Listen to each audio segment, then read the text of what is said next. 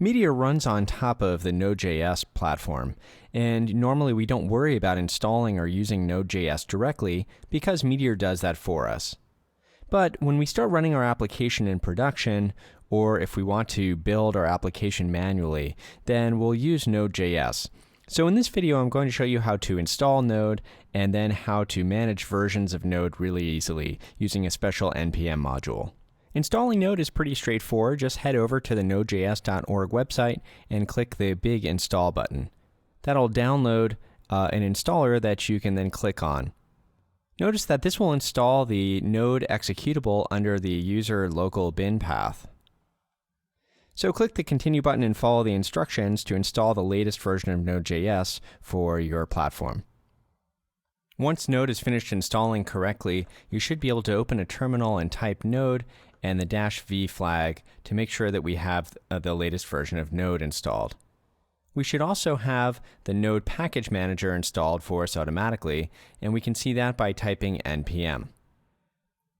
Next, I'm going to show you an npm module that gives us a really neat way to manage various Node versions on our machine. It's called n, and you can find it on GitHub.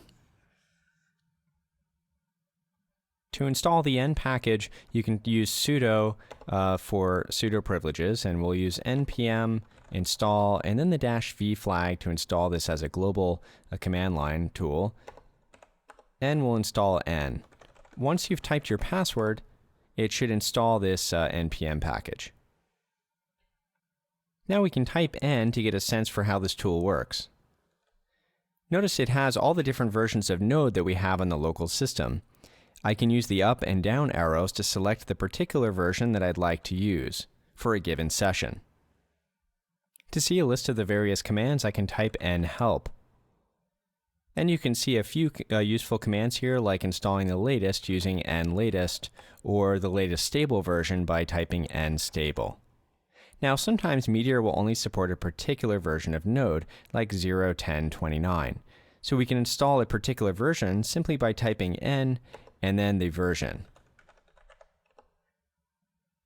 In this case, I already have version 10.29 installed, and I can see that it's also the currently selected version by typing n.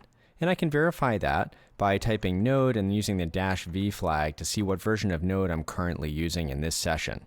And you can see it is indeed 0.10.29.